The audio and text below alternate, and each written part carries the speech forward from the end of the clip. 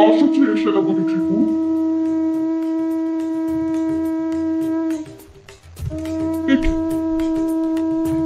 হঠাৎ কি হলো? এই শঙ্খনীল কিসে? ত্রিভুবন কাঁপছে কেন? পর্বত ভাঙছে কেন? সমুদ্র গর্জন করছে কেন? কি হলো ত্রিপু? তো দাও।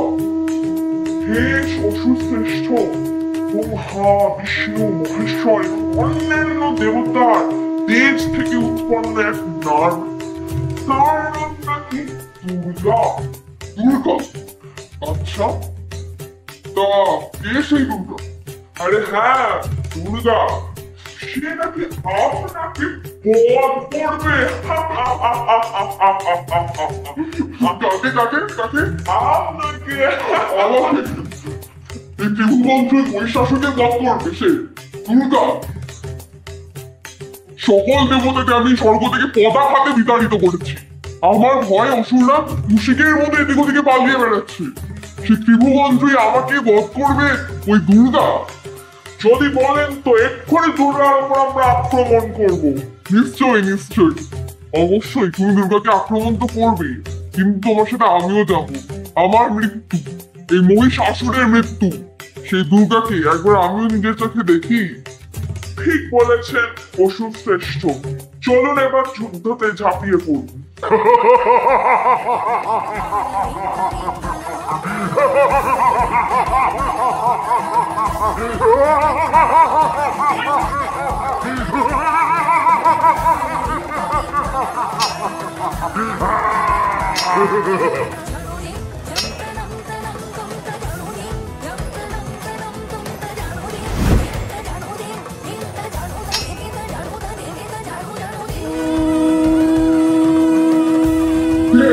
কে করছে সকলটা?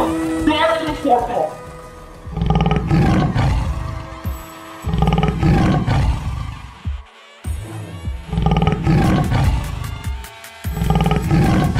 কে কে না কে অপূর্ব সুন্দরী?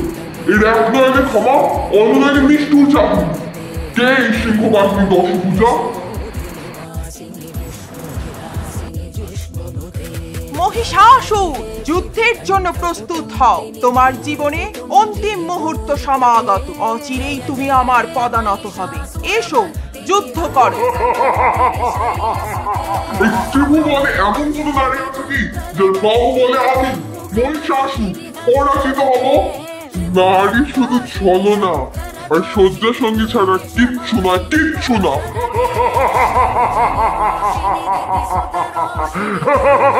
নারী যুদ্ধ করবে আমার সাথে, মহিষাসুরের সাথে।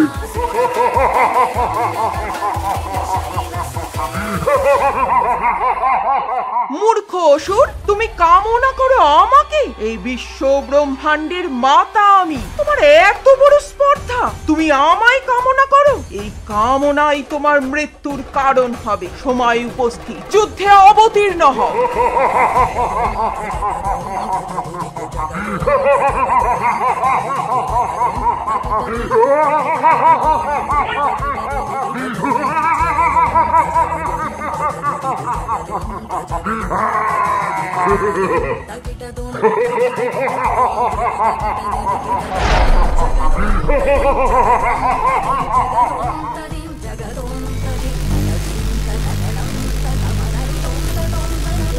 সঙ্গে মহিষাসুরের প্রবল সংগ্রাম আরম্ভ হল।